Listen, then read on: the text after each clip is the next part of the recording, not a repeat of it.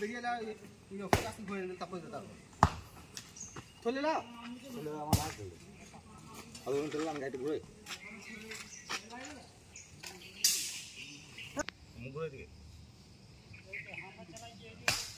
মুখ ঘুরে করো মিডিয়া বাটে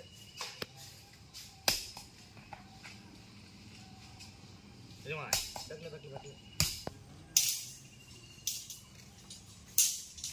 কি করছে আমার ছেলেটা আমার ছেলে কাটা বলে না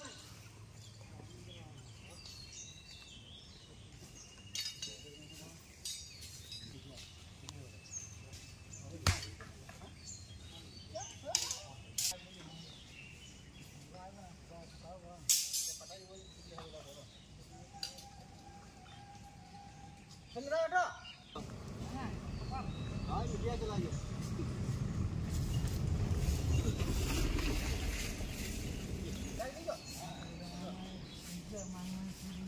बे तुम्हारा चल तुम्हें खिला फॉलो कर बात कर दे मनमानी তোকে পারে না করে না তুমি क्या थोड़ी नहीं आज ये मनमानी जाने आज ये बोखा बने मार दे ना भाई ए क्या बोलता मानो सुन झलू का बोलता मानो सुन चले तुम बोलता मानो सुन चले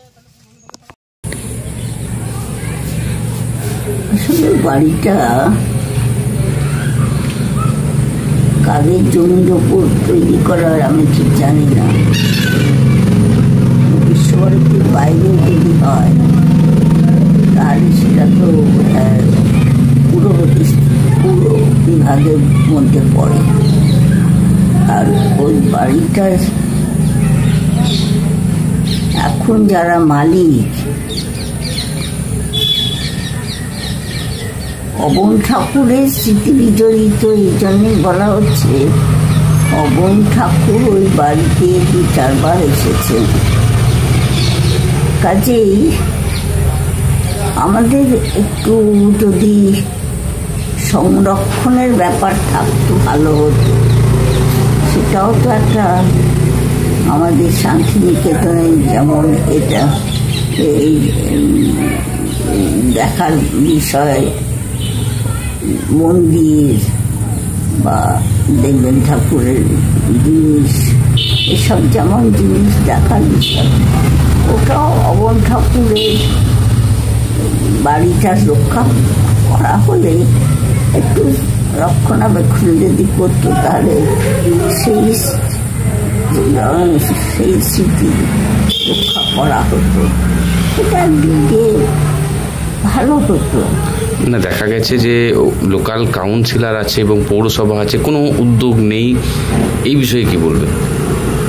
সম্ভবত এটা যে মালিকের কাছে বিক্রি করে দেওয়া হয়েছে তার প্রভাব আছে এদের ওপর, কাজেই তিনি এটা ভেঙে ফেলেছেন সম্ভবত তাই।